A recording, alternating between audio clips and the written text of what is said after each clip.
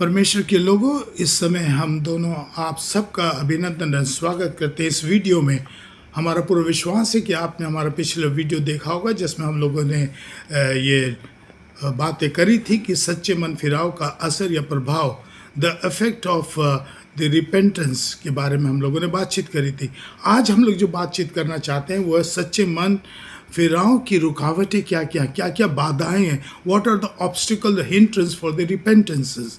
तो आइए हम लोग इसके बारे में देखना चाहेंगे। जल्दी से जाते हैं और सुने कि परमेश्वर का वचन हमको क्या बताता है इन रुकावटों के बारे में। पहली रुकावट है कपटीपन के बारे में। सुनिए वचन क्या कहता है हम लोगों से। हे कपटी शास्त्रियों जी। और फरीसियों, तुम पर हाय, तुम भविष्यवक्ताओं की कब्रें संवारते हो और धर्मियों की कब्रें बनाते हो और कहते हो यदि हम अपने माँ बाप दादों के दिनों में होते तो भविष्यवक्ताओं की हत्या में उनके साझी ना होते। देखिए कितनी बड़ी बड़ी बात कर रही है फारिसीज और शास्त्री लोग कि हम ये कर लेते, हम वो कर लेते, और करने के लिए उनके पास कुछ भी नहीं है। सिर्फ दिखावे की बात कर रहे हैं, सिर्फ वो अपनी तुर्रियाँ बजा रहे हैं, सिर्फ अपनी तारीफ कर रहे हैं और सोचते हैं कि हम ही सब कुछ इतने बड़े धर्मी हैं। इसीलिए ये जानना जरूरी है इस शब्द के बारे में। कपटीपन कौन है? ये उन व्यक्तियों के स्वभाव या भावना को दर्शाता है कि एक व्यक्ति अंदर से कुछ और है और बाहर से वो कुछ और है। मन में बुराई है और धोखेबाजी है, और क्या बोलते हैं उसको, चिकनी चुपड़ी बातें करते हैं, मीठी मीठी बात करके दूसरों को धोखाधड़ी देते हैं। ये ऐसे लोग को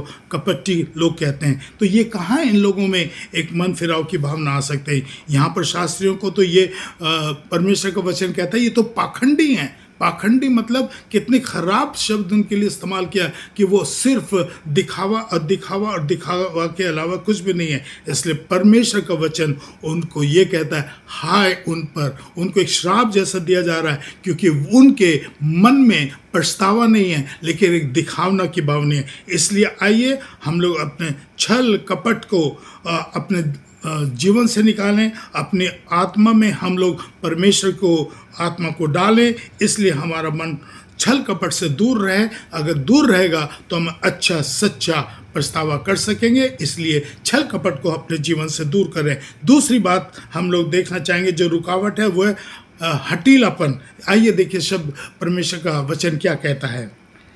तब भीड़ में से कुछ फरीसियों ने उससे कहा, हे गुरु, अपने चेलों को डांट। उसने उत्तर दिया, मैं तुमसे सच कहता हूँ यदि ये चुप रहे तो पत्थर चिल्ला उठेंगे, है ना। तो पत्थर चिल्ला उठेंगे। इसका मतलब क्या है पत्थर चिल्ला उठेंगे? इसका मतलब ये कि ये फारिसी और शास्त्री लोग ये कहना चाह रहे हैं, क्या कहना चाह रहे हैं कि हम तो अपने गुरु से भी बड़े हैं। अरे कहाँ तुम एक चेले जो है गुरु से बड़े हो सकते हैं? उनमें एक हठीलापन है, सीखने की इच्छा नहीं है, जानने की इच्छा नहीं है और परमेश्वर के वचन सुनने की ज़रूरत नहीं है और वो सीखने की इच्छा नहीं है। ये बहुत हठीलेपन के लोग होते हैं। आज आप और मुझको जब धार्मिक शिक्षा दी जाती है, सिखाया जाता है, तो हमें सीखने की इच्छा और आत्मा होनी चाहिए। हमें उन पाखंडी शास्त्री और फरीसियों के समान नहीं होना चाहिए। अगर हम हठीले होंगे तो हम सच्चा पछतावा कभी भी नहीं कर सकते। आइए तीसरा रुकावट को हम देखेंगे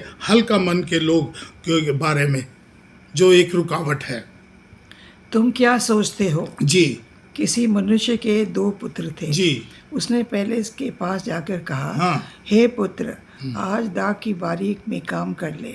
उसने उत्तर दिया, मैं नहीं जाऊंगा, परंतु बाद में पछताकर चला गया।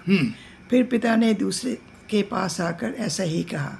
उसने उत्तर दिया, जी हाँ, मैं जाता हूँ, परंतु नहीं गया। इन दोनों में से किसने पिता की इच्छा पूरी की? जी। उन्होंने कहा, पहले ने। यीशु ने उनसे कहा, मैं तुमसे सच कहता हूँ, जी, मैं सूद लेने वाले और वेश्याएं तुमसे पहले परमेश्वर के राज में प्रवेश करेंगे। जी। क्योंकि यूहन्ना धर्म का मार्ग दर्शाते हुए तुम्हारे पास आया और तुम्हें उसका विश्वास न किया, पर सूद लेने वाले और वेश्याओं ने उसका विश्वास किया। और तुम ये देखकर बाद में भी ना पछताए कि उसका विश्वास कर लेते। क्या हुआ? देखिए वहाँ पर दो पुत्रों की कहानी है। एक ने कहा मैं नहीं जाऊँगा, लेकिन उसने पछतावा किया और उसने पिता का कहना मांगा और वो चला गया। दूसरे ने कहा कि मैं जाऊँगा, लेकिन वो नहीं गया। कहने का मतलब क्या है कि परमेश्वर के वचन को हमें हल्का नहीं लेना है। जो हमें धार्मिक शिक्षा दी जाती है उसको हल्का नहीं लेना चाहिए। हमको ये मन से चलता है कि भावना सब चलता है, नहीं, कुछ नहीं चलता। परमेश्वर बहुत दयालु है, आज हम ऐसा कर लेते हैं, कोई बात नहीं, बाद में पछता लेंगे। नो, ऐसे कुछ नहीं है। हमें प्रार्थना में, अगर हम प्रार्थना करेंगे तो हमारे पाप क्षमा हो जाएंगे, चलो कोई बात नहीं, हम लोग ऐसा कर लेते हैं, ऐसी कोई भावना हमारे में नहीं। Let us not be consider, हल्का मत लीजिए इस बात को। Let us be very very serious. परमेश्वर के वचन में, प्रार्थना में और आत्मिक धार्मिकता को कभी भी हल्का हमें नहीं लेना चाहिए। जानबूझ करके हम बुराई करते हैं, पाप करते हैं और फिर कहते हैं कि हमें पछतावा कर लेंगे, ऐसे लोग नहीं सही होते। आइए हम लोग ये जानना चाहेंगे कि हमारे जीवन के अंदर हमारा कपटीपन नहीं होना चाहिए, हठीलापन नहीं होना चाहिए और हल्कापन नहीं होना चाहिए। अगर ऐसा कुछ होगा तो हम ये समझ लीजिए कि हम बिल्कुल ये रुकावट की चीज़ें और इससे हमें दूर रहना चाहिए। आखिरी में सुनिए, देखिए परमेश्वर का वचन क्या कहता है। किसी ने घड़े से पूछा, जी, घड़े से पूछा, क्या पूछा? तुम इतने ठंडे क्यों हो? तुम इतने ठंडे क्यों हो? घड़े ने उत्तर दिया, घड़े ने क्या उत्तर दिया? जिसका अतीत भी मिट्टी जिसका अतीत भी मिट्टी और भविष्य भी मिट्टी और हो, भविष्य भी मिट्टी हो, वो किस बात की गर्मी रखेगा? तो वो किस बात की गर्मी रखेगा। अगर हम घमंड में रहेंगे तो क्या फ़ायदा हमें कुछ।